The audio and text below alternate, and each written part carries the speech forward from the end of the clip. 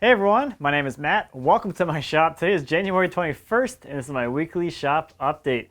So, it is, it's been 5 years now since I uploaded my first shop update. I sat on a little stool right here for the very first time, January 20th, 2014, and I told you all about what I was doing that week in the shop, and it was the hardest thing I've ever done in my life. So, thank you all for sticking around with it. I don't know, it's 5 years, that's like the longest I think I've ever stuck with anything. So the fact that I'm still doing this after 5 years is just mind-blowing to me. Yeah, I don't know. 5 years of shop updates, that's a lot of shop updates. So that's 5 years with the YouTube channel, and I'm coming up now on 4 years doing it full time. And yeah, it's just cool. So very, very cool. So, this past week, I continued working on the tool cabinet, so I got the joinery on the main box completed. That is the through mitered dovetail. Is that right? Mitered through dovetail? I guess it depends where you want to throw that miter. The front corner, or the edge here, is mitered, so it looks like a mitered joint from the front, but on the side you got the tails, so that's pretty sweet. And just like I promised last week, this week I have a little montage thing for you to check out.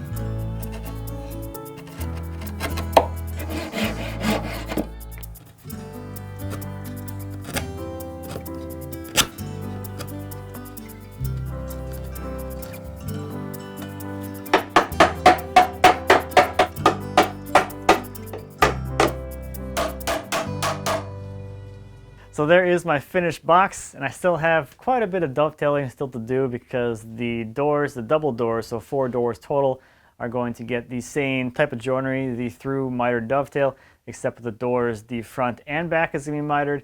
So I have quite a bit more of those to go, but this is a good warm-up for the rest of the project. Now the next thing on this is going to be to start working on the lower area where there's going to be 3 little drawers. So I'll have a 3-inch tall opening for 3 drawers. They'll fit down there for, you know, smaller stuff that doesn't need to be on display. So you have some little pull-out drawers there. And then from there, I'll start working on the little cubby area on top of that. And once I get that all in place for this main body, then I'll start working on the doors, getting those all, you know, built and done and stuff. So, you know, should move along pretty quickly. So I kind of lied last week when I said that was all I was up to, because I was actually getting this thing in here and I wanted it to be a bit of a surprise. I am really bad at keeping surprises, and it was very hard for me to not tell a whole bunch of people that I was getting this thing in here. But it was a lot of fun. For whatever reason, I like moving big, heavy things. I just enjoy it. I enjoy the challenge. It was fun. This thing wasn't actually all that bad. But as an update to that video, I did wire the drum switch to the VFD, so that does work. My concern, I didn't really make it that clear in the video, was that the drum switch wouldn't be able to carry the signal from the VFD, since that's at a much lower voltage than that switch is really made for, but it seems to be working out just fine. Now I know it seems like a lot of people are really excited about this thing, which is good because I am too, and I did get the requests from a bunch of people that I do some more videos on the cleanup and stuff, so I will be doing some videos on cleaning it up and getting it, you know, so when you touch it, you don't get dirty. So I'll be doing that probably in about a month or so. I got to work on the tool cabinet first, so this isn't a huge priority for me. But I did get a drill truck, so I can at least drill holes in pieces of steel if I need to in the meantime. So the other kind of side of that was that I was sort of expecting, since a lot of the people watching my videos are more woodworkers, this might not be something that people have seen before. So I did get the question of like, well, that's cool, but what is it? So this week's Let Me Tell You About Something is going to be explaining what a vertical milling machine is to a woodworker. And we'll do that in just a second because that's about all I have going on in my shop this week. Let's take a look at some viewer projects. First this week is a jewelry box by Joe. Joe made this box for his granddaughter, and it's made from cherry and purple heart. It's finished with clear shellac and clear lacquer. Since he has a job that keeps him out of the shop for weeks at a time, this project took him over 18 months to complete. Next this week is a Sidecar Sleeper by JV. He made the sleeper for his newborn son. This was his first piece of furniture, and it features many Morrison tenon joints. He didn't have a joint or a planer at the time, so all the parts are hand planed to S4S as close as he could get it. Next is a nightstand by Garrett. Garrett made this nightstand for his new house. It's made from dimensional pine lumber and uses pocket holes and glue for construction. It's stained with early American stain and topped with polyurethane. Last this week is a Bookwheel by Reese, Ian, Matt, and Maher. This Bookwheel features 8 shelves and can hold 8 books. It allows the user to be seated and have access to all 8 books by merely rotating the wheel. It uses planetary gearing to keep the shelves at a constant angle as the wheel is rotated. The moving parts are made from European beech and the supporting frame is white oak. A lot of the design is accurate to the 16th century time period, but some modern techniques were used. They have a photo gallery that shows the entire build process as well as a YouTube video that shows the wheel in action, and I'll leave you links to both of those down in the description. So as woodworkers, we're familiar with how versatile and valuable a router is in the shop. You can do so much stuff with this one tool. You can do edge profiles, you can start cutting some joinery, so you could do a round over on an edge, you could do a chamfer on an edge, you can cut rabbets, you can cut dados, you can cut grooves, you can do all kinds of things. You can make this thing more versatile by putting it into a router table. Now you have a fence, so you can run things against it, so it makes it really easy to run those dados and grooves, things like that. You can also cut mortises with this thing, either on the router table or with an edge guide, or in some other kind of jig or mortising adapter type thing. And you can take it a step further and you can cut tenons as well as your mortises with the router. If you're really far down the woodworking rabbit hole, you might be familiar with an overhead or overarm router, which is sort of like a router table but kind of the inverse.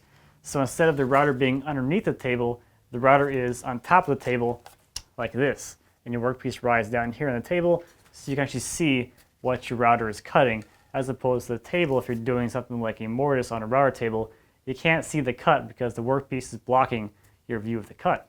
So similarly to an overhead router, if I wanted to make a mortise in this piece, for instance, I could plunge the bit into the work and then use the tables to actually create a mortise in the piece of work.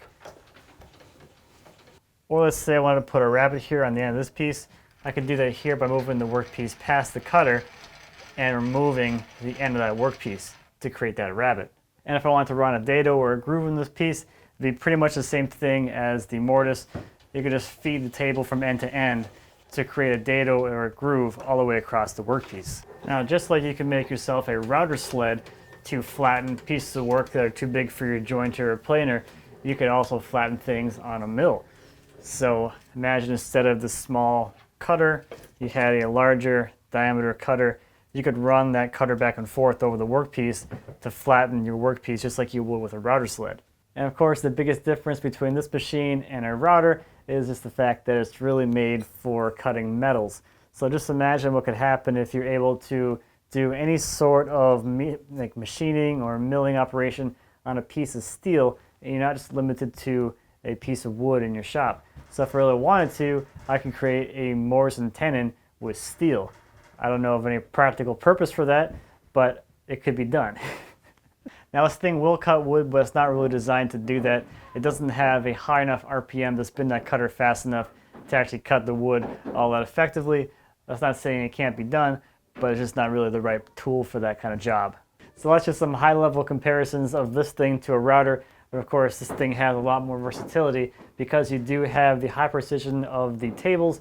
You have a lot of really easy and accurate repeatability. So if you need to drill a very specific and accurate hole pattern, you can do that on here. If you need to, for instance, space a series of grooves evenly apart, you can do that really easily on here with really high accuracy. So for the sake of demonstration, let me show you a rabbet cut on here.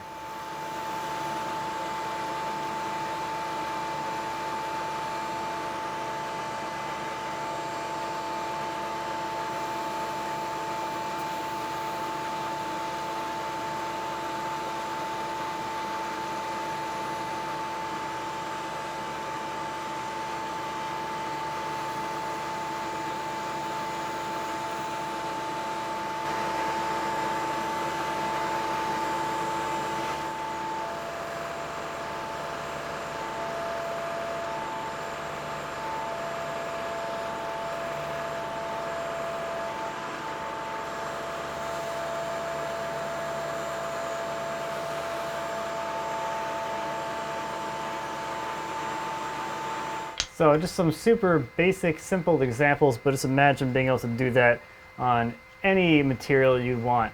So if you want to put a slot in a piece of steel, you could do that right here at the vertical milling machine. So one other little quick announcement, which I am pretty excited about. I will be visiting my friend April down in Texas in like a week and a half, 2 weeks. I'll be heading down there February 2nd through the 8th, and we will be building this thing. So it's going to be a fun week trying to build one of these things in a few days, but I think we can do it. It's going to be a whirlwind, I'm sure. I'm really looking forward to it. And yeah, it's going to be fun. It's been a while since I built a bandsaw mill, so it'll be fun to build one now that I have one behind me and actually have plans to go off of. So it's going to be a totally different experience than me trying to figure out as I go. And yeah. That's about it. So look for that at some point. But I think that's literally about it for me this week. Thank you as always for watching. I greatly appreciate it. If you have any questions or comments about anything I talked about today or anything here in my shop, please feel free to leave me a comment, as well as I'd be happy to answer any questions you might have. And until next time, happy woodworking.